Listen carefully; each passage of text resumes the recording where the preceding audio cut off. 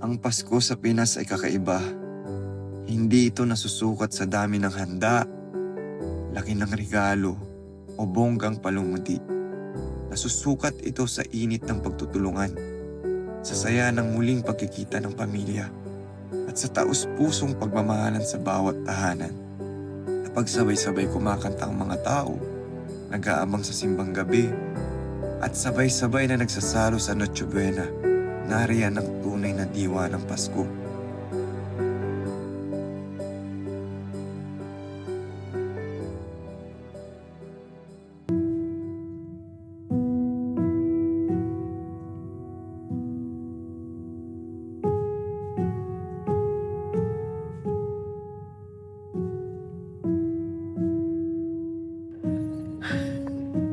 Simbang gabi na nga pala, no?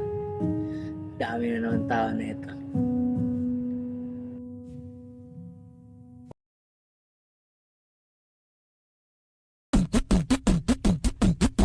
Halika na't pasukin natin ang mundo ng laro. May kosa mas matindi pa sa mga ego at kano kapag bumanat sa mic. Katumbas ko'y ilang tumbok sa aking dila na hindi na nagbabago ng tumbok. Hinasa ng panahon, kasabay ng beatboxong estilo at inilapat ang mga letrang sintigas like Escudero at ilang kwentong barbero ang aking natanggap. Ang masapawan Gusto ba natin to? Tara na, wala namang Gutom na rin ako. Arot na.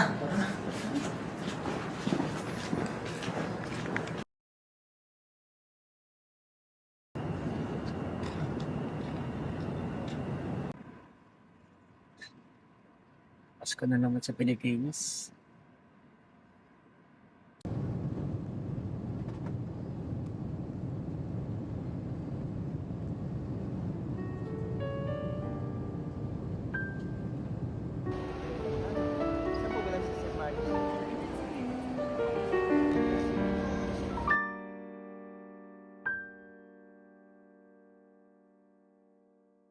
Sa pagdating ng Pasko, karaniwan nating naisip ang saya, ang pagtitipon ng pamilya, ang masaganang hapag, ang halakhakan ng mga bata, at ang init ng sama kung matagal natin inasam sa buong taon.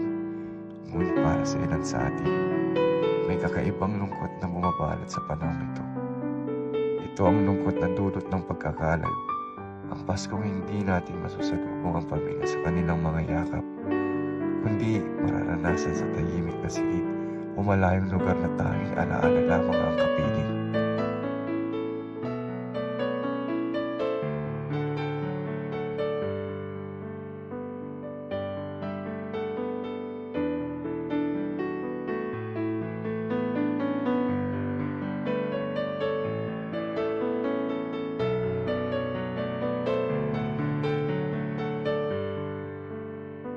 Papa, magpapasko na, alis ka na naman.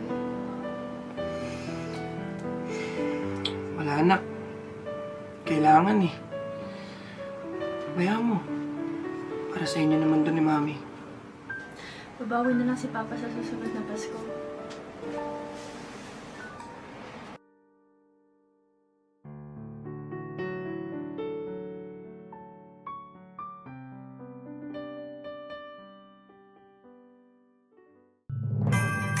Ngunit sa gitna ng lungkot, may isang bagay na hindi kailanman mawawala: pag-asa.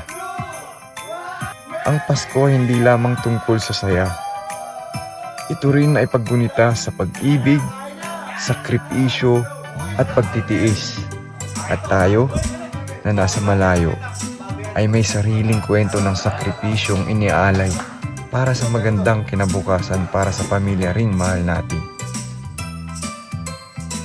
Kaya kahit magkalayo tayo ngayong Pasko,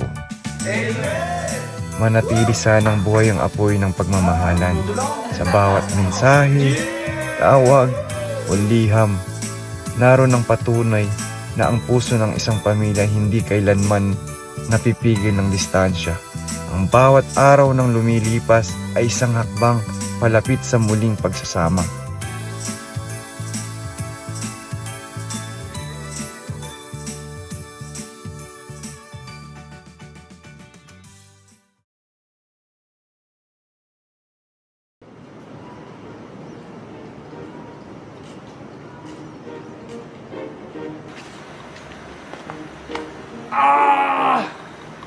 Biyahe na naman, Bo!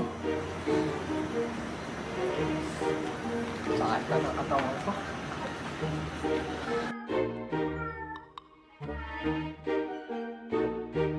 Gastos sa bumbilya na ito, mga.